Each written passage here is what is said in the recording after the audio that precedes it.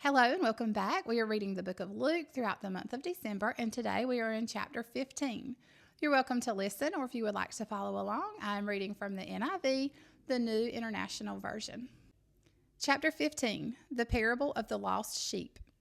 Now the tax collectors and sinners were all gathering around to hear Jesus. But the Pharisees and the teachers of the law muttered, "This man welcomes sinners and eats with them." Then Jesus told them this parable.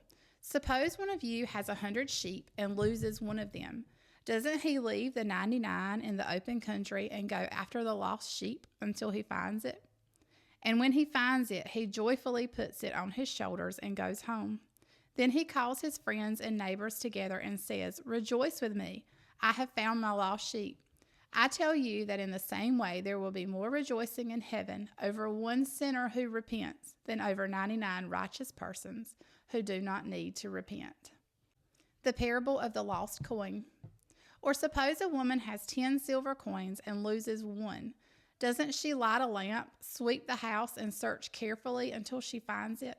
And when she finds it, she calls her friends and neighbors together and says, "Rejoice with me, I have found my lost coin."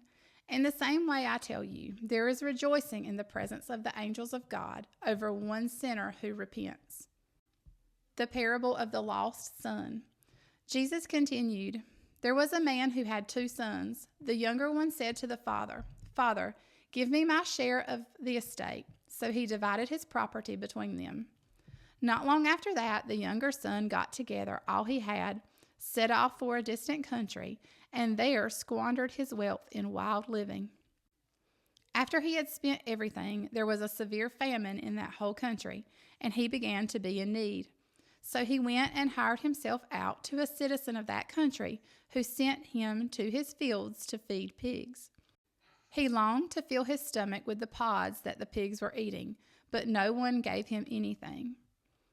When he came to his senses, he said, 'How many of my father's hired servants have food to spare, and here I am starving to death? I will set out and go back to my father and say to him, Father, I have sinned against heaven and against you. I am no longer worthy to be called your son. Make me like one of your hired servants.' So he got up and went to his father. But while he was still a long way off, his father saw him and was filled with compassion for him. He ran to his son, threw his arms around him, and kissed him. The son said to him, 'Father, I have sinned against heaven and against you. I am no longer worthy to be called your son.' But the father said to his servants, 'Quick, bring the best robe and put it on him. Put a ring on his finger and sandals on his feet. Bring the fattened calf and kill it. Let's have a feast and celebrate. For this son of mine was dead and is alive again. He was lost and is found.' So they began to celebrate. Meanwhile, the older son was in the field. When he came near the house, he heard music and dancing. So he called one of the servants and asked him what was going on. 'Your brother has come,' he replied, 'and your father has killed the fattened calf because he has him back safe and sound.' The older brother became angry and refused to go in. So his father went out and pleaded with him. But he answered his father, 'Look, all these years I've been slaving for you and never disobeyed your orders.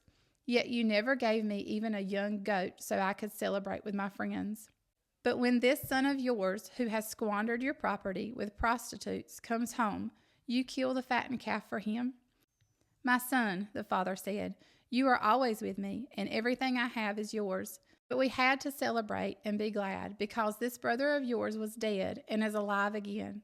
He was lost and is found.'" That was chapter 15. Come back tomorrow and join me for chapter 16.